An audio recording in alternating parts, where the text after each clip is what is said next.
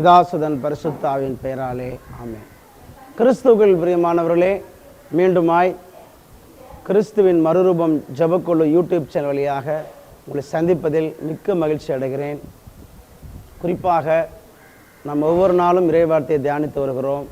இந்த நாளிலும் கிறிஸ்துவில் பிரியமானவர்களே, நாம் தியானிக்கக்கூடிய இந்த இறைச்செய்தியை கேட்பதற்கு முன்பு நீங்கள் இந்த இறைச்செய்தியை தயவுசெய்து ஷேர் பண்ணுங்கள். குறிப்பாக நமக்கு தெரிந்த நபர்கள், தெரிந்த நபர்களுக்கு தயவுசெய்து ஷேர் பண்ணுங்கள். இது ஒரு மிகச்சிறந்த ஒரு நற்செய்தி பணி, அதை மறந்து விடாதீர்கள். நாம் இன்று என்ன தியானிக்க போகிறோம்னா, தூதர்கள். குறிப்பாக தூதர்களை குறித்து நாம் தியானிப்போம். ஏன்னா தூதர்கள் நமக்கு பணிவிடை செய்கிறவர்கள், நமக்கு உதவி செய்கிறவர்கள். பைபிளில் பார்க்குறோம், எபிரேயர் புஸ்தகத்தில் ஆண்டோடைய வார்த்தை தெளிவாக சொல்லுது. எபிரேயர் 1ஆவது அதிகாரத்தில் பாருங்கள், கடவுளுடைய வார்த்தை சொல்லுது. வானதூதர்கள் யார் அப்படின்னா, எபிரேயர் 1:14, அவர்கள் அனைவரும் ஊழியம் புரியும் ஆவிகள் அல்லவா, மீட்பை உரிமை பேராக பெற இருப்போருக்கு தொண்டாற்ற அனுப்பப்பட்டவர்கள் அல்லவா. நமக்கு உதவி செய்வதற்காக கடவுள் கொடுத்தவர்கள் தான் வானதூதர்கள். அதில் குறிப்பாக 7 வானதூதர்கள், நவ சமணசுன்னு சொல்லுவோம். 7 சமணசுகள், 7 செராபீன்கள், அவர்களை குறித்து நாம் தியானிப்போம். இந்த 7 செராபீன்கள் யார், அவர்கள் பணி என்ன, நம்ம அவங்கள்ட்ட ஜெபிக்கணுமா, ஜெபிக்கக்கூடாதா, நிச்சயமாக நம்ம தெரிந்திருக்க வேண்டும். ஏன்னா நம்ம நிறைய நேரம் தூதர்கள்ட்ட ஜெபிப்பதை நிறுத்தி கொண்டுட்டோம். தெரியலை ஜெபிக்கலாமா ஜெபிக்கக்கூடாதுன்னு. கிறிஸ்துவில் பிரியமானவர்களே, தந்தை பியோ வாழ்க்கையில் அவர் நிறைய தடவை வானதூதர்கள் அவருக்கு உதவி செஞ்சுருக்கிறாங்க. பாவ சங்கீதத்தில் எடுக்கும்போதெல்லாம் அவருக்கு ஒரு சில நேரங்கள் மொழி லாங்குவேஜ் புரியாது. அவருடைய காவல் தூதர் அதை டிரான்ஸ்லேஷன் பண்ணியிருக்கிறார். ரெண்டாவது, அவருக்கு நிறைய லெட்டர்லாம் வரும், கடிதங்கள். அதுக்கெல்லாம் நிறைய வான தூதர்கள் அந்த கடிதத்தை எல்லாம் படித்து அவங்களே அந்த அட்ரஸுக்கு திருப்பி பதில் கடிதம் எழுதியிருக்கிறார்கள். இதெல்லாம் தந்தை பியோட வரலாறுலாம் வருது. இதுபோல் நம்ம சொல்லிக்கிட்டே போகலாம். ஏகப்பட்ட வான தூதர்கள். ஏன் நம்ம ஆண்டவருக்கு கெஸ்மனி தோட்டத்தில் உதவி செய்ய வந்திருக்கிறாங்க பாருங்கள். அவர் சோர்வடைந்து இருக்கும்போது தூதர் அவருக்கு வலுவூற்றினார் என்று இருக்கும். அதனால் வான தூதர்கள்ட்ட நம்ம ஜெபிப்பது ரொம்ப நல்லது. குறிப்பாக அந்த 7 செராபீன்கள் நம்ம தெரிந்திருக்க வேண்டும். முதல்ல யாருன்னா மிக்கேல் அதிதூதர். அவர் யார், அவர் பணி என்னன்னா, அவர் சாத்தானுக்கு எதிராக யுத்தம் செய்கிறவர். இந்த செய்தி கேட்குறவங்க வாழ்க்கையிலையும் நிறைய சாத்தானுடைய போராட்டம் இருக்கும். என் குடும்பத்துக்கு செய்வனை பண்ணிட்டாங்க, ஏவல் பண்ணிட்டாங்க, பார்த்து நம்ம சொல்லிகிட்டு இருப்போம். நிறைய பேர் சொல்லுவாங்க. இன்னும் சொல்ல போனால் சொல்லுவாங்க, சாத்தானோட தொல்லை தாங்க முடியல, பேய்கள் தொல்லை தாங்க முடியல. தயவு செய்து செய்தி கேட்குறேன், நீங்கள் மிக்கேல் அதிதூதர்கிட்ட நவநாள் ஜெபம் இருங்க. எல்லா சத்துருக்கள் பிரச்சனையும் அவர் தூக்கி எறிந்து சாம்பலாக்கி போடுவார். சாத்தானை காலடையில் நசுக்கியவர் மிக்கேல் அதிதூதர். எனவே மிக்கேல் அதிதூதர்கிட்ட ஜெபிங்க. வாழ்க்கையில் சத்துருக்கள் தொல்லை நிச்சயமாக போய் பறந்து போகும். ரெண்டாவது பாருங்கள், கபிரியேல் தூதர். அவர் யாருன்னா, கடவுளுடைய வார்த்தையை கொண்டு வருகிறவர். அவர் அன்னை மரியாளுக்கு அவர் தான் மங்கள வார்த்தையை கொண்டு வந்தார். அவர்கிட்ட ஜெபிங்க, கபிரியேல் தூதரை ஜெபிங்க. நிச்சயமாக அவர் நிறைய நன்மைகளை வாங்கி தருவார். கபிரியேல் தூதரே, எனக்காக ஆண்டவரிடத்தில் பரிந்து பேசுங்க சொல்லி கேளுங்க. அவர் விண்ணகத்திலிருந்து பரலோகத்திலிருந்து கடவுளுடைய வார்த்தை சுமந்து கொண்டு நமக்கு தருவார். மூன்றாவது சமணஸ் யாருன்னா, ரஃபேல், சுகப்படுத்துகிற ஒரு வானதூதர். தோபியாஸ் புக்கில் பார்க்குறோம். சாராவுக்கு இருந்த பேயை விரட்டி தோபித்துக்கு இருந்த அந்த கண் சம்பந்தப்பட்ட வியாதிகளை குணமாக்கி அந்த குடும்பத்தில் அற்புதங்களை செய்தவர் ரஃபேல் தூதர். எனவே நம்மளுக்கு இருக்கிற நோய்களையெல்லாம் விரட்டக்கூடியவர் ரஃபேல். பெரிய மாவீரன் அவர்.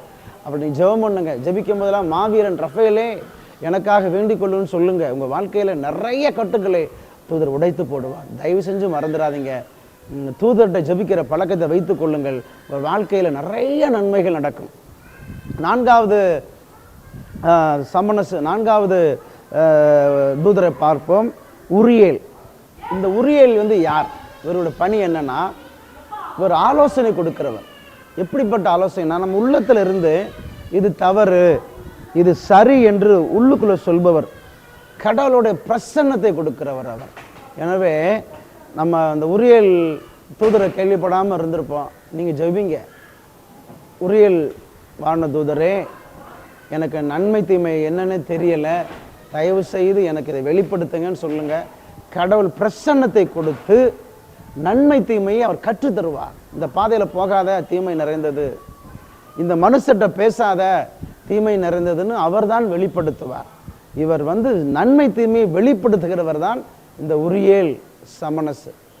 அதனால் தயவு செய்து நீங்கள் இந்த புனிதட்ட இந்த வானதூதர் ஜெபிங்க, அவர் உங்களை வெளிப்படுத்துவார். பாருங்க, 5வது யாருன்னா செலாபியேல். இவர் யார்? நாம் ஜெபத்தை கடவுளிடம் கொண்டு செல்பவர். நம்ம ஜெபிக்கிறோம், நிறைய ஜெபம் விண்ணப்பம் ஜெபிக்கிறோம். நம்ம புனிதர்கள் வரலாறு பார்க்குறோம். நிறைய புனிதர்கள் ஜெபங்களை எல்லாம் அப்படியே கையில் கொண்டு சென்றவர்.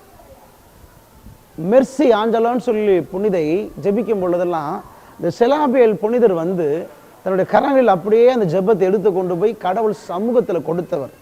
அப்போ இந்த செலாபியேல் புனிதர்கிட்ட ஜெபம் பண்ணுங்க. புனித செலாபியேலே, நான் ரொம்ப நாளாக ஜெபித்து கொண்டே இருக்கிறேன், என் ஜெபத்துக்கு பதிலே வரல, என் ஜெபத்தை எடுத்து கொண்டு போய் ஆண்டவர் சமூகத்தில் கொண்டு சேருங்க அப்படின்னு ஜெபம் பண்ணுங்க. நிச்சயமாக உங்கள் ஜெபத்தை அவர் கொண்டு சேர்த்து உங்கள் வாழ்க்கையில் நிறைய மாற்றங்களை தருவார். 6வது யார்? ஜெகுதியேல். இந்த ஜெகுதியேல் வானதூதர் யார்? இவரோட பணி என்னன்னா துதிகளை எடுத்து செல்பவர். பாடல், ஆராதனை, ஸ்தோத்திர பலிகள். பார்த்தீங்களா, நம்ம துதிக்கிறோம், நிறைய பாடல் ஆராதனை. அந்த பாடல் ஆராதனை, அந்த ஸ்தோத்திர பலிகளை எல்லாவற்றையும் கொண்டு போய் சேர்த்து கட்டுக்களை உடைக்கிறவர் இந்த ஜெகுதியேல்.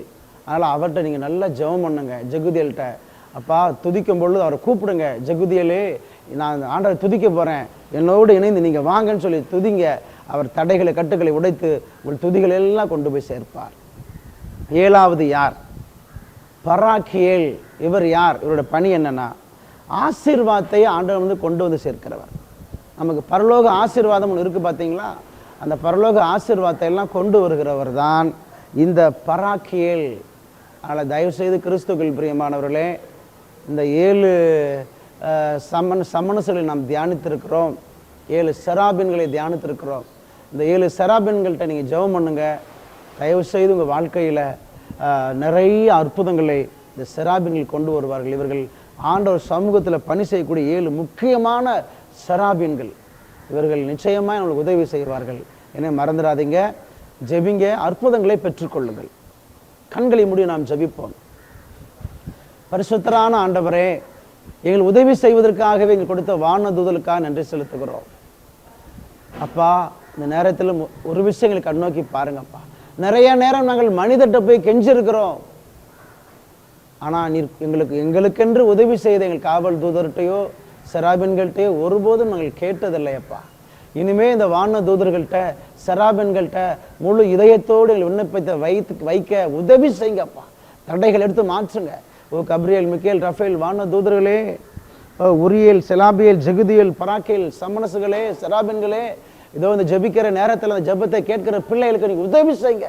அடியேன் உட்பட இந்த ஜெபத்தை கேட்கக்கூடிய ஒவ்வொரு பிள்ளைகளும் உதவி செய்து வாழ்க்கையில் அற்புதம் செய்யுங்க. எங்கள் ஆண்டவரும் இரட்சகருமாய் இயேசு கிறிஸ்துவின் மூலம் ஜெபிக்கிறேன் பிதாவே. ஆமேன், ஆமேன், ஆமேன்.